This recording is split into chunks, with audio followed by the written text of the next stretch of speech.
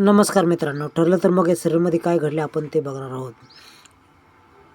अर्जुनला नागराज धमकी देतो कोर्टाबाहेर आणि बोलतो की मी जे सत्य तुमच्यापासून लपून ठेवलं आहे ते खूप महागात पडणार आहे. तुमच्या सुखाला नक्की ते विरजनासारखं असणार आहे. असं मायाजाळ तुमच्या आसपास मी पेरलेलं आहे आणि ते तुम्ही कधीच शोधू शकत नाही.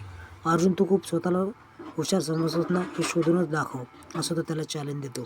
त्यावेळेस सर्वजण त्याच्याकडे बघतच असतात आणि त्याच वेळेस सायली देखील पुढे येते. आमचं मी बघून किंवा असं बोलते.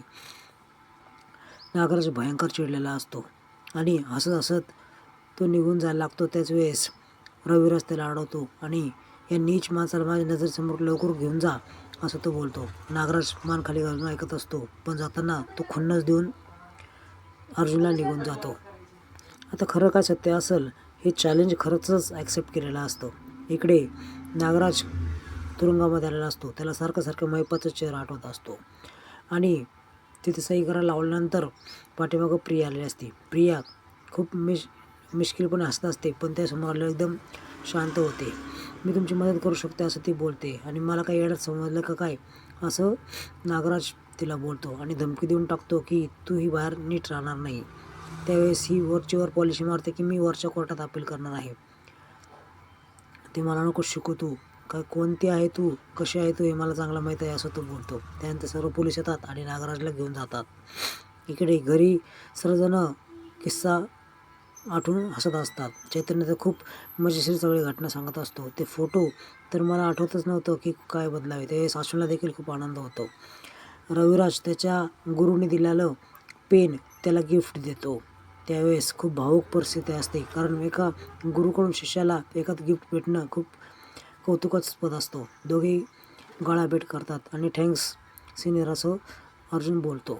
इकडे प्रतिभा देखील छानपैकी गिफ्ट सायलीला देते. अगदी सोन्याचा दागिना असतो तो. तिघेही एक फॅमिलीसारखे एकत्र येतात आणि हा क्षण देखील खूप तुम्हाला रंजक दिसणार आहे. तुम्ही एपिसोड नक्की बघा. नेकलेस पाहून ही खूपच खुश होते. ती देवापुढे मांडते.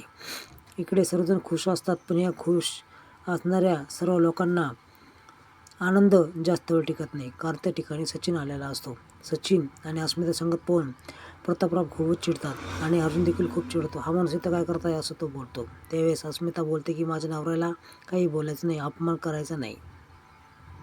आता इकडे ही प्रिया नकली वागायचं ठरवते. नागराज समोर यांची सुभेदारांना शिव्या द्यायच्या आणि सुभेदारांसमोर नागराज शिव्या द्यायच्या, असं ती ठरवते आणि अगदी देवाच्या दारात केलं ते साकडं पूर्ण करायला, असं ती बोलते. त्यावेळेस खूप खिल्ली उडवतो हा अश्विन आणि हे काय तू डोकर पडली आहेस का, असं तेव्हा तो बोलतो. इकडे प्रिया जेव्हा घरी येते त्यावेळेस रविराज तिला चांगलाच झापरून काढतो आणि काहीतरी नक्कीच वेगळं चालू आहे असं तिच्याबद्दल संशय व्यक्त करतो. आता सायली अर्जुनला प्रश्न करते की असे त्या फोटोमध्ये काय होते जेणेकरून महिपतने सगळं पटापटा पोपटासारखं बोलला. हे ऐकून त्याला खूपच